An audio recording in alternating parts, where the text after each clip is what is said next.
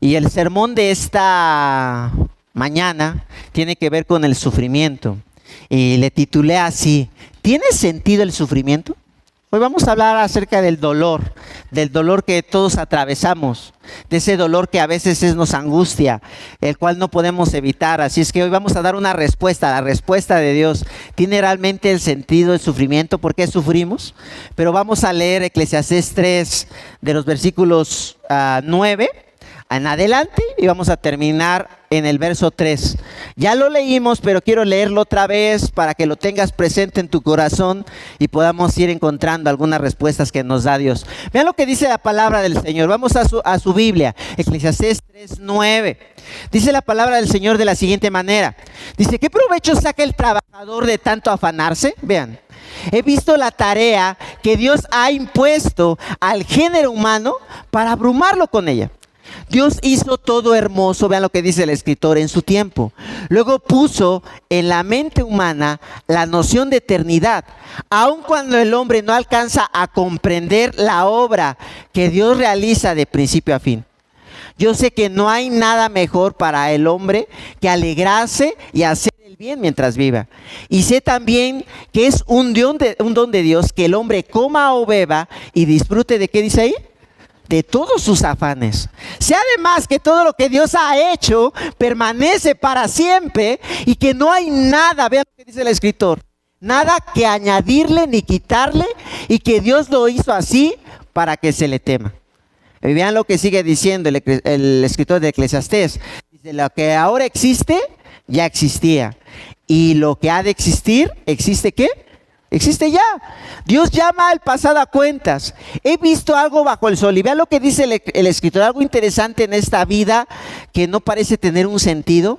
Dice: la maldad donde se dictan las sentencias, y maldad donde se imparte, ¿qué dice ahí?, la justicia. Vivimos en un mundo realmente lleno de injusticia, de dolor. Y dice el verso 17: pensé entonces, al justo y al malvado los juzgará Dios, pues hay un tiempo ¿para qué? Para toda obra y un lugar para toda acción. Pensé también con respecto a los seres humanos. Y vean lo que él empieza a analizar respecto a esta vida, respecto al dolor, a la injusticia. Dice: Dios los está poniendo a prueba para que ellos mismos se den cuenta de que son como, ¿qué dice?, como animales. Fíjense qué fuerte, qué duro. Dice: los seres humanos terminan igual que, ¿qué otra vez?, que los animales. El destino de ambos es el mismo, pues unos y otros mueren por igual. Y el aliento de vida es el mismo para todos, así que el hombre no es superior a los animales. Realmente todo es, ¿qué dice?, vanidad. Y todo, dice, todo va hacia el mismo lugar. Todo surgió del polvo y al polvo todo volverá. ¿Quién sabe? Fíjense esa pregunta que se hace el escritor. ¿Quién sabe si el aliento de vida de los seres humanos se remonta a las alturas, es decir, se va al cielo, y el de los animales descienda a la tierra? O sea, ¿quién sabe esto?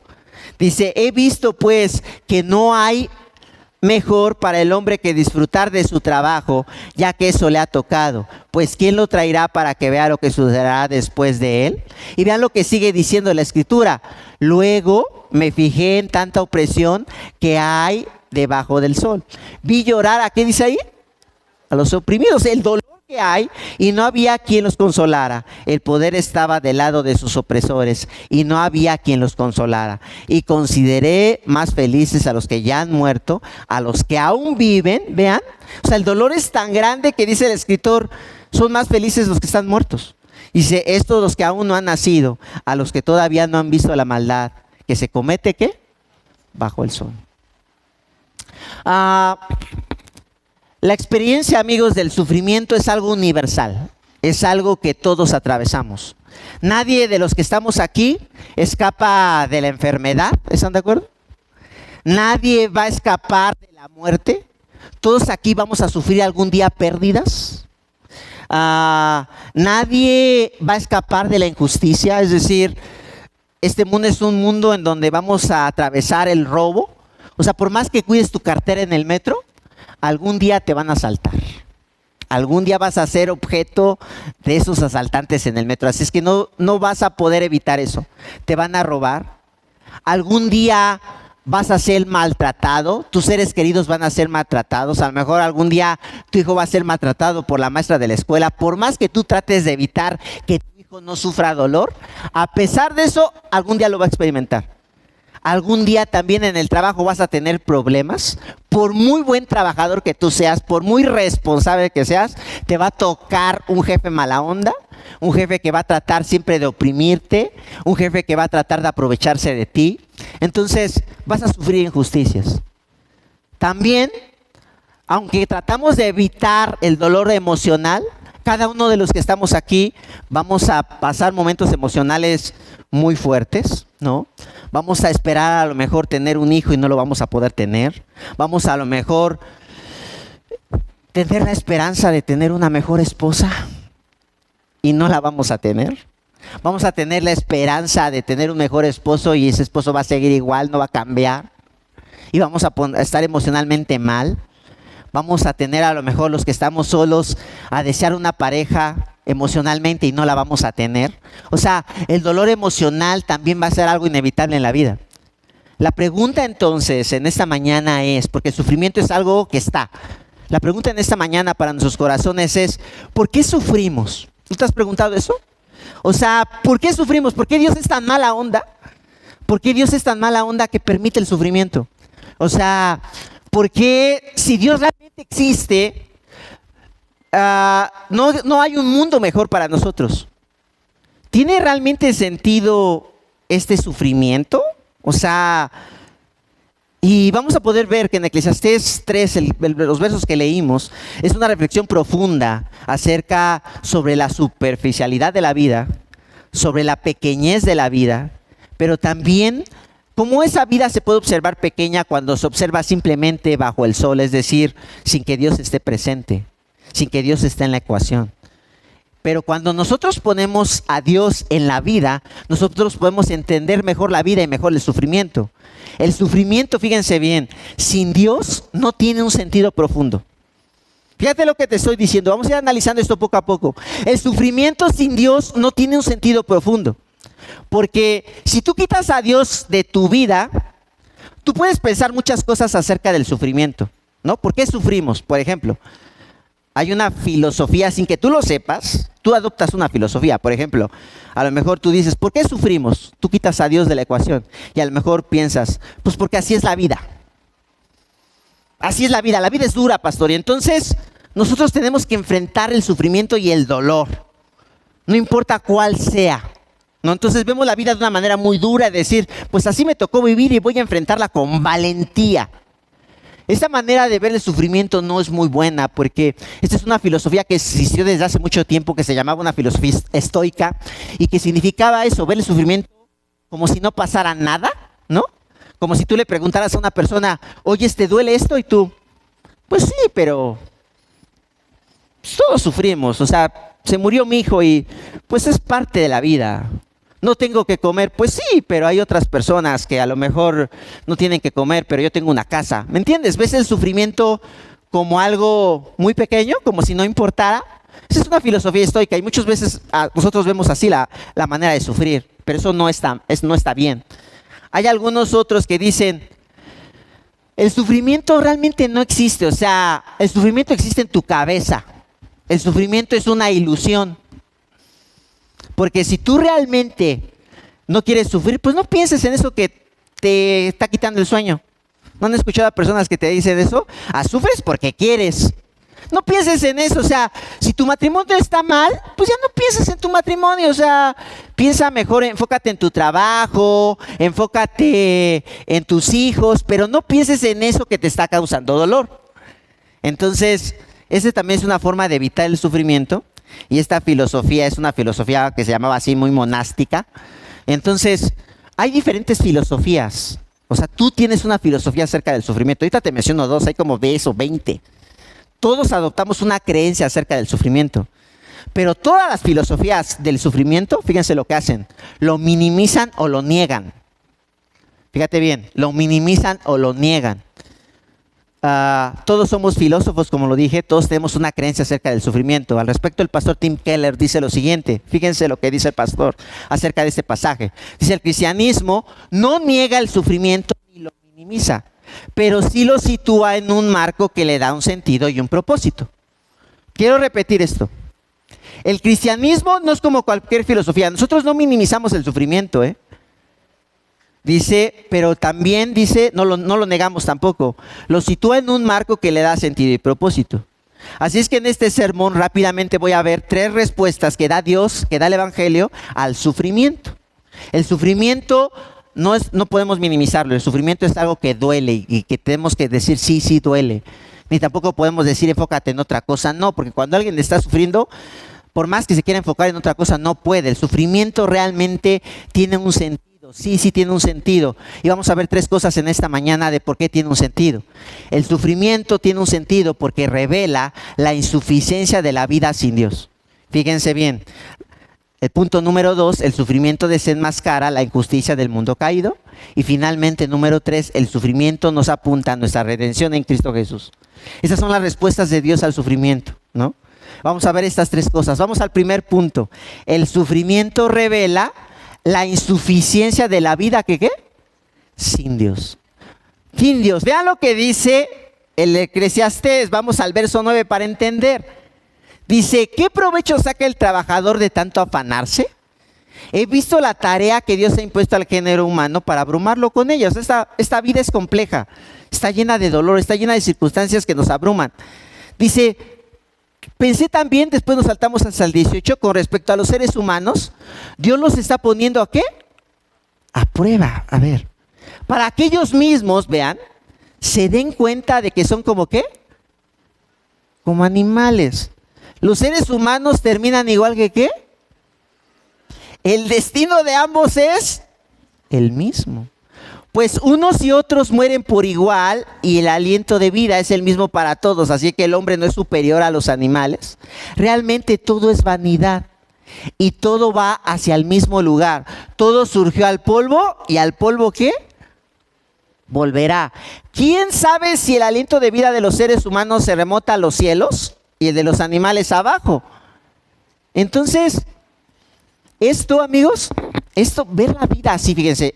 El escritor está viendo una vida sin Dios. Así se ve la vida cuando Dios no está en la ecuación. Se ve la vida de una manera muy frustrante. Se ve la vida de una manera muy confusa, sin una realidad. Entonces, cuando llega el sufrimiento a la vida sin Dios, nos llena de frustración, nos llena de confusión, pero también nos mete en una realidad. Las personas cuando sufrimos, nos damos cuenta que la vida, fíjate bien, la vida no se trata simplemente de trabajar. La vida no se trata simplemente de divertirte. La vida no se trata simplemente de tener dinero. La vida no se trata simplemente de comer. Cuando tú sufres, cuando entra el sufrimiento te das cuenta que la vida tiene algo más por ahí. Cuando no sufres, ¿para qué estás viviendo? Para tu trabajo puede ser, para ser feliz, ¿no? Para el dinero, para ser exitoso, para comer. Ajá. Pero llega el sufrimiento y dices, a ver. O sea, te empieza a confundir. Dices, a ver, pues estoy trabajando, pero ahora estoy enfermo. ¿De qué sirve tanto trabajar? Estoy enfermo y tengo mucho dinero, pero ¿de qué me sirve tener dinero si estoy enfermo? Si tengo mal mi matrimonio se está cayendo a pedazos, ¿de qué me sirve tener una casa quizá? O sea, empiezas a preguntarte y el sufrimiento empieza a entrar a tu cabeza y te empieza a decir, hay algo más ahí que tú no estás tomando en cuenta. Hay algo más. Las personas, ya les dije, vivimos pensando erróneamente que esta vida es lo mejor.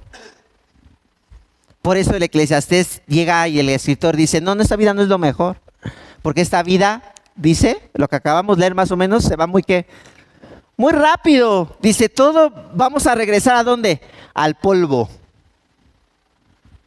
Y a lo mejor tú estás invirtiendo mucho tiempo en tu trabajo, mucho tiempo en muchas cosas que deberías de pensar si realmente vale la pena. Porque hay cosas que nosotros consideramos que es lo mejor y a la cual le dedicamos mucho tiempo. Pero el escritor del Eclesiastés, de una manera muy cínica, nos muestra la crueldad de la vida y su insignificancia. Por eso él da este ejemplo de que somos como animales. Y es algo bien duro porque entonces dices, ok, yo todo el tiempo me he estado enfocando a lo mejor en mi trabajo, pero al final mi trabajo se va a terminar. Todo este tiempo me he dedicado a tener dinero, al final ese dinero se va a quedar. Yo no me voy a llevar mi dinero.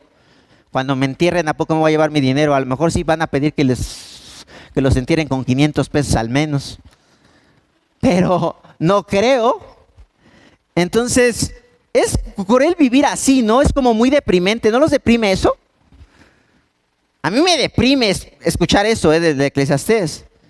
Porque de una manera otra vez muy fuerte nos dice, todo lo que en esta vida brilla no vale nada. Fíjate, todo lo que en esta vida para ti brilla no vale nada. Eso nos está diciendo el Eclesiastés. La pregunta fuerte en esta mañana para nuestro corazón es, ¿qué cosas brillan en tu vida? Piensa, ¿qué cosa es lo más importante para ti? Piensa en ella, piensa en la cosa a la cual tú le estás dedicando tu tiempo, tu esperanza, tu alegría. Piensa en eso. No me respondas qué es. Y ahora el Eclesiastés te dice, eso no vale nada. Y yo estoy seguro que a lo mejor te enojas, dices, este escritor es un soberbio. No, ¿cómo que no va a valer esto? O sea, esto para mí es muy importante. Pero el escritor dice, no vale nada. El gran actor, fíjense bien, Robert Williams, ¿lo conocen? ¿Ubican más o menos quién es Robert Williams? Que es conocido en sus películas por Peter Pan, ¿sí? ¿Más o menos ya lo ubican? Otra de las películas es La Sociedad de los Poetas Muertos, ¿más o menos lo ubican? Otra película que es así, deben de ubicarla y si no, tienen que verla conmigo, les voy a dar un coco, que es Jumanji. No, ese es Robert Williams, es un actor muy conocido que había enfocado su vida en trabajar, en ser exitoso, en ser reconocido, ganó un Oscar. Todo eso para él brillaba. Pero ¿saben cómo terminó Robert Williams? ¿Cómo terminó, Daniel? ¿Estás diciendo? Se suicidó. Dicen que lo localizaron con un cinturón ahorcado en su departamento. Y eso es realmente triste, porque este hombre tenía fama, tenía dinero, tenía todo lo que este mundo brillaba. Pero aún así, todo lo que él tenía se sentía totalmente ¿qué? Vacío, se sentía hueco, porque faltaba una cosa. Faltaba una cosa en su vida que él no había tomado en cuenta. Pero él murió no encontrándose con esa cosa que él tenía que encontrarse. Y eso es realmente algo muy, muy doloroso. La vida sin Dios es desesperante. Y por eso Robert Williams se suicidó. Y yo sé que ustedes van a decir, no, ¿cómo pasó? Es una exageración. ¿Cuántos de ustedes a veces no dirían, no tienen este pensamiento, pues mejor para qué vivo? Van a decir, no, pues esto es una exageración, somos cristianos, ¿cómo que para qué vivo? No, sí, también los cristianos tenemos mentalidad de que a veces decimos, o sea, hay tanto dolor en la vida, tantos problemas que decimos, ¿saben qué? Ya es mejor desaparecer. Dice el escritor del Eclesiastés, lo leímos, ¿no? Que es mejor que los muertos viven mejor que los vivos, porque aquí los vivos el dolor está fuerte en esta tierra, está difícil. Entonces, cuando Dios no está, esto se vuelve más complicado. El ejemplo es Robert Williams y muchas otras personas que han tenido todo y se han suicidado. La pregunta en esta mañana bien fuerte para ti y para mí es, ¿vives en la desesperación? ¿Te has sentido así? ¿Te has sentido con ganas de decir, esto me está consumiendo, este conflicto, ya no puedo más, ya basta?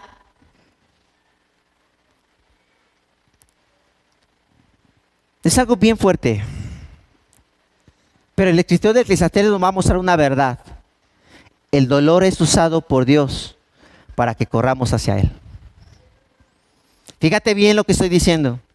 El dolor, ¿sí?, tiene un propósito en Dios. Cuando lo sacas de la ecuación, cuando sacas a Dios de la ecuación, no encuentras un propósito para el dolor.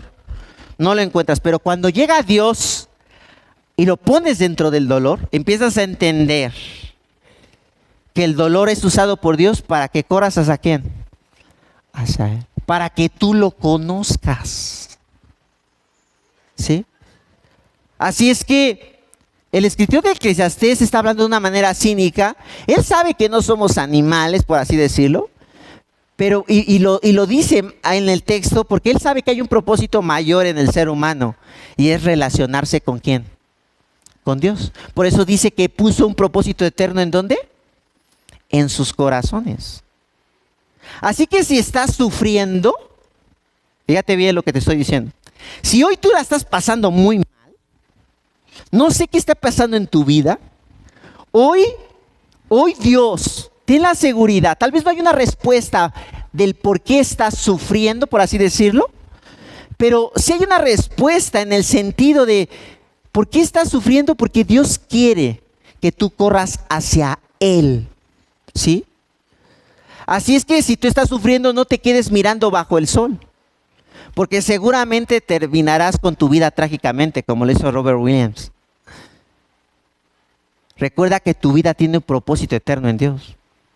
Si estás pasando un momento complicado, Dios quiere que corras hacia Él, que veas que tu vida, escucha, inicia en Él, que tu vida está en Él. Que no lo que brilla es lo que te da sentido a tu vida. No, no es lo que brilla, sino lo que le da sentido a tu vida es Él. Y hay que conocerlo. Por eso el gran escritor C.S. Lewis, escritor de las Crónicas de Narnia, dice lo siguiente. Dice, si encuentro en mí un deseo que ninguna experiencia de este mundo pueda satisfacer, la explicación más probable es que fue hecho para otro mundo. Dice, yo me doy cuenta que este mundo me insatisface totalmente. Un día quiero esto, lo obtengo. Un día quiero esto, lo tengo. Pero puedo tener cosas, pero sigo sintiéndome vacío. Eso significa, dice C.S. Lewis, el escritor de las Crónicas de Narnia, que hay algo más profundo para lo cual fuimos hechos.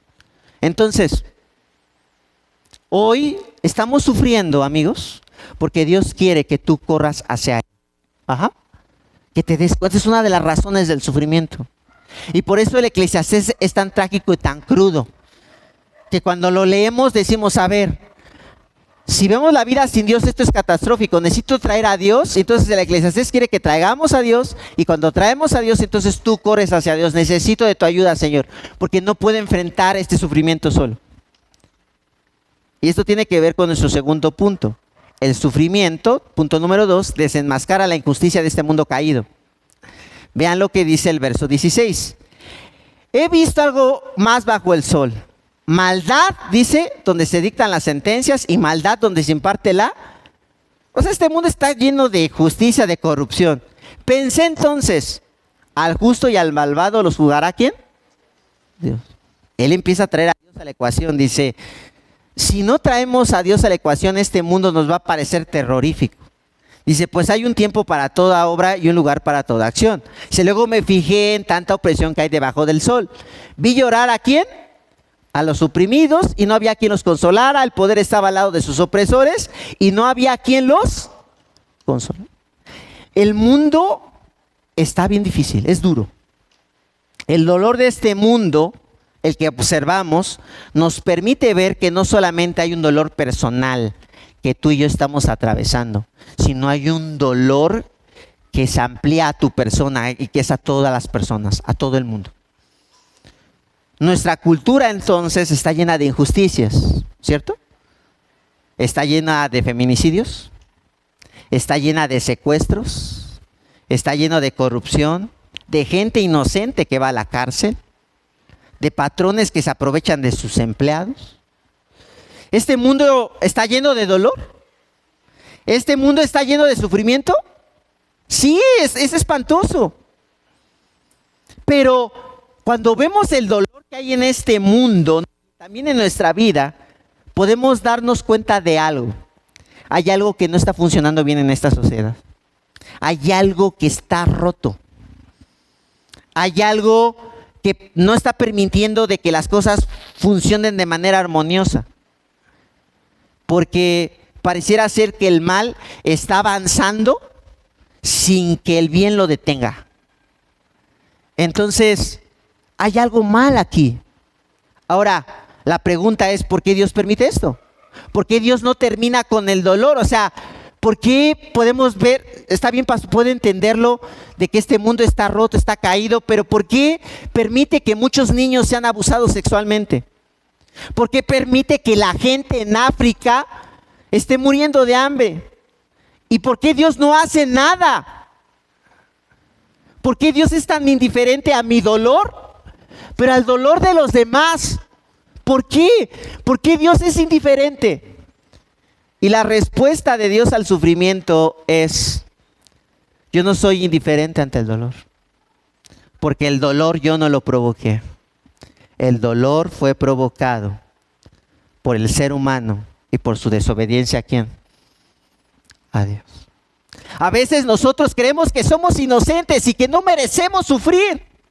Pero el Evangelio nos dice no. El dolor que hay en este mundo y el dolor que experimentas tú es porque un día, ¿sí?, el dolor nos lleva al jardín. Y entonces en el jardín vemos que un día Dios nos dio absolutamente ¿qué? Todo.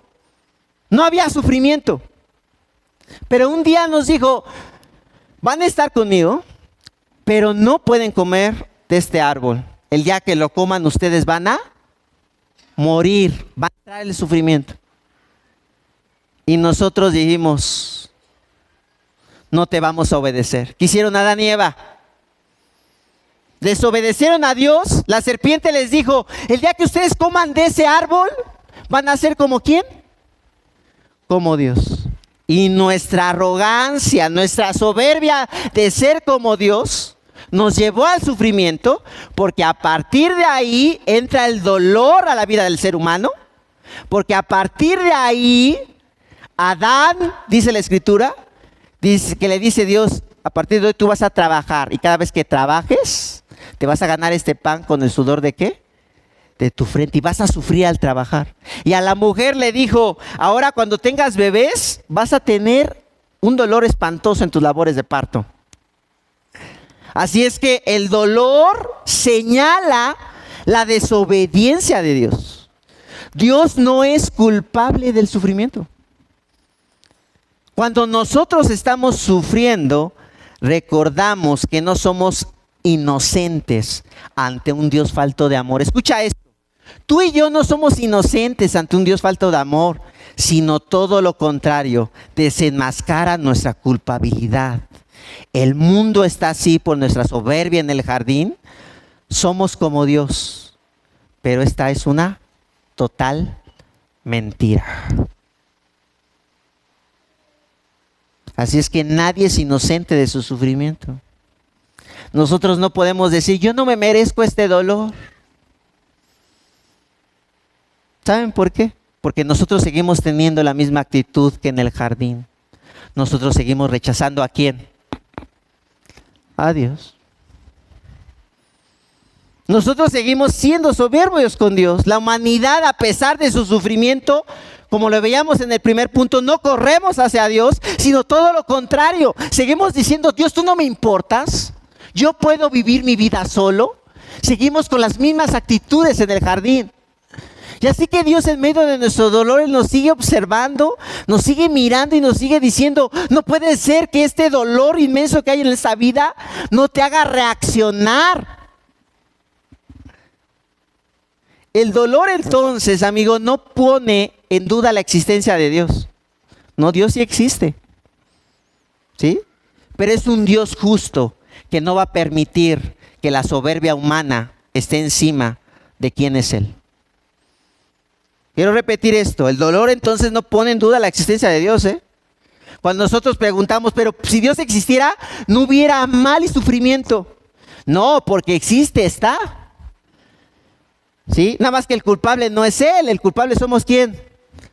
Nosotros, porque constantemente pensamos que podemos vivir una vida sin Él. Y el dolor está para que recordemos cuán débiles somos. Tú no las puedes, aunque creas, aunque a veces pensamos, yo la puedo de todas. Yo puedo con mi trabajo, yo puedo con mi familia, yo puedo educar a mis hijos. No puedes. Y a veces el Señor va a traer dolor para que te des cuenta qué tan frágil eres. Para que te diga, ¿no que podías, Leonel? ¿No que podías solo? ¿No que podías sin mí? A ver, por eso tienes que ver y tienes que sufrir para que entiendas que no eres tan fuerte como tú crees.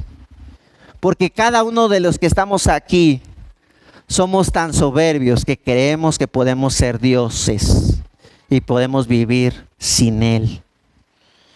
Entonces, el dolor de este mundo es inevitable.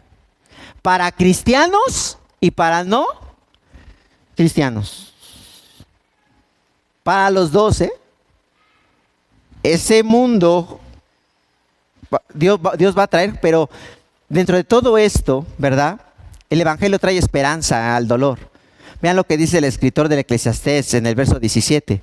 Dice, pensé entonces, al justo y al malvado los juzgará ¿quién? Pues hay un tiempo para toda obra y un lugar para toda.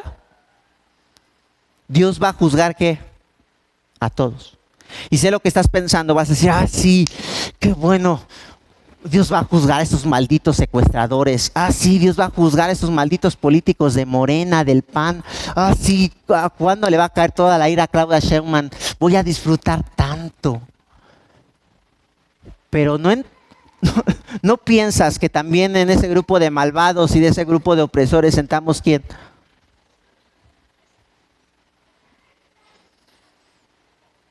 Sí, nosotros merecemos eso también.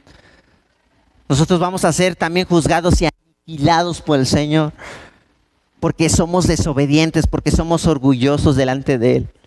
Sí, Dios va a traer justicia a este mundo. Ese mundo justo no es una utopía, es una realidad. Él va a regresar. El saber esto nos conmociona, nos llena de esperanza, pero también nos confronta, ¿verdad? Pero ahora en medio de todo esto, ¿qué hacemos? Revela nuestra justicia, ya sabiendo un poco más por qué está el sufrimiento. ¿Cómo salimos hoy en esta mañana? Porque así termina el Eclesiastés, termina de una manera terrible. ¿Cómo salimos con esperanza? Qué bueno que la Biblia no termina en el Eclesiastés. Porque si terminara en el Eclesiastés estaríamos todos tristes y desesperados. Pastor, pues ya valimos. Todos. Vean lo que dice y ese es mi tercer punto. El sufrimiento apunta a nuestra redención en Cristo. Vean lo que dice el verso 2. Dice, y consideré, vean qué manera tan animante termina. Por eso les digo que qué bueno que no termina así. Y consideré más felices a los que ya han ¿qué? Que a los que aún viven. Aunque en mejor situación están los que aún no han nacido, los que todavía no han visto la maldad que se comete bajo. ¿Terminan con esperanza con este versículo? Es mejor estar muerto que vivir en este mundo lleno de dolor. ¿Qué les parece? ¿Terminamos todos como Robert Williams? Traigamos nuestro cinturón y ahorquémonos de una vez. Qué difícil, porque está ahí, esta fase es desgarradora. Pero gracias a Dios la Biblia no termina aquí. La respuesta por parte de Dios al sufrimiento no está en el gran filósofo, sino nos empuja al Evangelio. La respuesta de Dios al dolor no es una nueva filosofía, es una persona. Y esa persona es Cristo. Fíjate bien lo que te estoy diciendo. La respuesta al dolor de Dios no es una nueva creencia, no es una nueva filosofía, es una persona y esa persona es Jesús. Al respecto, ¿verdad? El pastor Tim Keller dice, Dios no nos da una explicación filosófica para el sufrimiento, nos da a una persona. ¿Qué dice? Jesús. Veamos a Jesús. Veamos la esperanza del Evangelio de Jesús al dolor. ¿Qué nos dice Jesús Véalo, obsérvelo, mírenlo detalladamente. Véalo en la cruz. ¿Qué nos dice Jesús al dolor? ¿Qué le dice? Número 1, en Jesús podemos ver que Dios entiende tu dolor. Fíjate bien, porque Él se encarnó y Él experimentó el sufrimiento. Él experimentó el rechazo, Él experimentó el desprecio, Él experimentó la traición y Él experimentó también la pérdida de amigos. ¿Recuerdan cuando Lázaro murió? ¿Qué hizo Jesús? Lloró por su amigo Lázaro.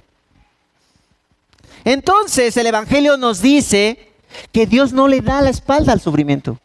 No le está dando la espalda a tu dolor. Él lo entiende. Él sabe. Él está contigo llorando. Él está a tu lado. Él te entiende. Tú no puedes decir a Dios, tú no entiendes mi dolor. Él dice, sí lo entiendo. Sí lo entiendo porque yo experimenté el dolor en esta vida.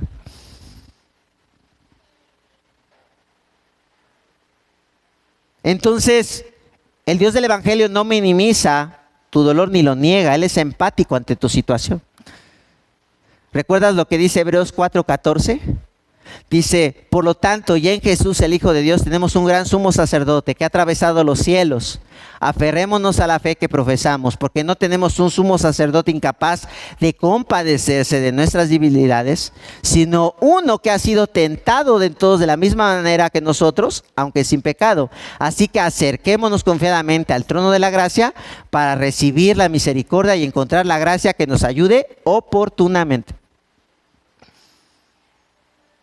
Jesús siempre nos va a llamar en medio del dolor a venir, ¿qué? A Él. Yo te entiendo. Yo sé qué es lo que estás pasando. Acércate. Acércate a mí. Si vemos a Jesús también podemos ver que en Jesús entendemos que el sufrimiento tiene un propósito de restauración. Él sufrió para que nosotros experimentáramos, para que no experimentáramos, el máximo dolor de esta vida. ¿La ira de quién? La ira de Dios. El Hijo de Dios sufrió. ¿Cuál fue el propósito de sufrir, de morir en la cruz? ¿Nuestra qué? Nuestra salvación, nuestra redención. Si Él no hubiera muerto por nosotros, nosotros deberíamos de ser juzgados por Dios y ser ¿qué? Aniquilados por nuestra desobediencia. Pero Jesús se puso en el lugar de nosotros y Él recibió el castigo que nosotros merecíamos. Esto significa, ¿verdad? Esto significa que Él realmente experimentó el sufrimiento para que nosotros fuéramos salvados. Esto implica entonces que mucho de nuestro sufrimiento tiene que ver con nuestra salvación y con nuestra restauración.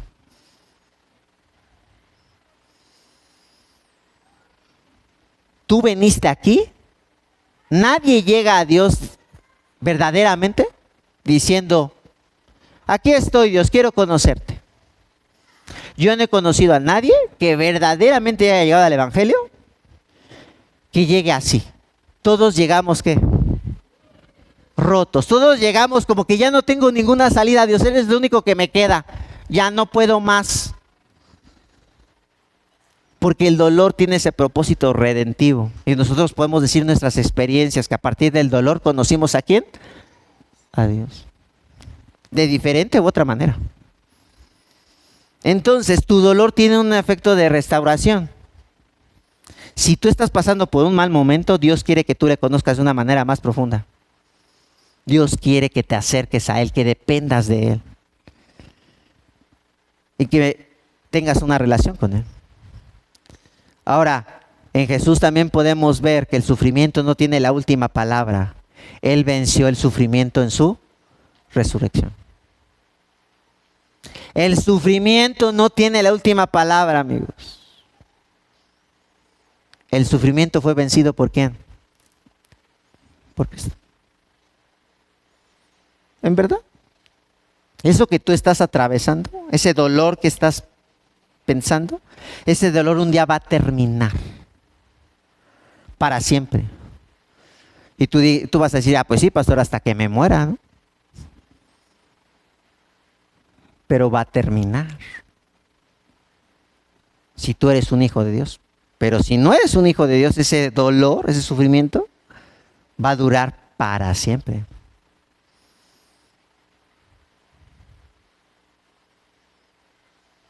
Entonces, el dolor más agudo que puedas experimentar en esta vida fue vencido por Jesús. Un día ya no vas a llorar más. Un día ya no vamos a ser traicionados, ya no vamos a ser rechazados. El dolor cesará porque esperamos una vida, ¿qué? Nueva. Esa es la esperanza del Evangelio en medio del dolor. Un día, Adrián, ya no vas a tener más dolor en esa rodilla. ¿No anhelas ese día? Va a llegar, amigo. Va a llegar.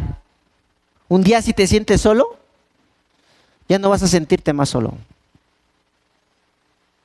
Y esa soledad puede terminar hoy si vienes a los pies de Jesús, porque en Cristo podemos encontrar a alguien que camina con nosotros, que camina contigo, que camina conmigo. ¿Tiene sentido el sufrimiento? Sí. Si encontramos a Jesús, podemos decir, bendito, bendito sufrimiento. Bendito dolor. Gracias, Señor, porque el dolor que tú sufriste encamina mi sufrimiento y me ayuda a entender y a pensar que el sufrimiento tiene propósitos más grandes que mis propios propósitos. Esto es esperanzador. Este sufrimiento también no termina en el futuro, también puede terminar hoy, como te dije. Si tú vienes a Cristo, si tú reconoces tu debilidad, si tú reconoces tu soberbia y dices, Señor, te necesito. Gracias por esto que me estás haciendo pasar, porque si no me hicieras pasar esto, yo no estuviera aquí hoy en esta mañana. Ahora quiero conocerte, ahora quiero encontrarme contigo. Y eso no significa que el dolor va a seguir o se va a quitar de la noche a la mañana. No, puede continuar. Pero ese dolor nos va a recordar siempre nuestra dependencia de Dios. ¿Se acuerdan que hubo un dolor que el apóstol Pablo no le desapareció? Él decía, ay, es como un aguijoncito aquí, dicen que mucho estaba enfermo del estómago, que le recordaba siempre, ¿no? Le decía, gracias, Señor, porque este dolor me ayuda a pensar en la famosa frase de Pablo que decía, bástate en mí, gracias. A veces necesitamos tener esa piedrita en el zapato para decir al Señor, me basto en tu gracia. ¿Podemos decir hoy esto en esta mañana? Podemos bastarnos en la gracia del Señor. Si no te está haciendo basta, ven, acércate, corre desesperadamente a Él. Hoy el Señor está llamándote a que puedas venir y puedas reconocer que necesitas de Jesús. ¿Podemos orar pensando en esto? Vamos a orar, familia, vamos ahí a cerrar nuestros ojos. Señor, gracias porque tu evangelio nos da algunas respuestas acerca de los problemas de la vida y uno de ellos es el dolor. Señor, gracias porque el dolor sin duda es inevitable. Vivimos en un mundo caído que te necesita. Y gracias, Señor, porque hoy nos enseñas que el dolor tiene un propósito. Y el propósito es que corramos hacia ti. El propósito es que nos demos cuenta realmente de que tú existes y por eso existe el dolor. El dolor en este mundo no significa que tú seas indiferente a nuestro dolor. Todo lo contrario. Fuiste tan empático con nosotros. Te importó tanto nuestro dolor que viniste a esta tierra y moriste por nosotros. Así que el Dios del evangelio no es diferente al dolor humano, sino todo lo contrario, se interesa, se encarna y trae salvación, trae restauración. Así es que gracias, Señor, por estar en esta mañana, por escuchar tu palabra y que podamos seguir siendo restaurados por ti en todo momento. En el nombre de Cristo te damos gracias. Amén.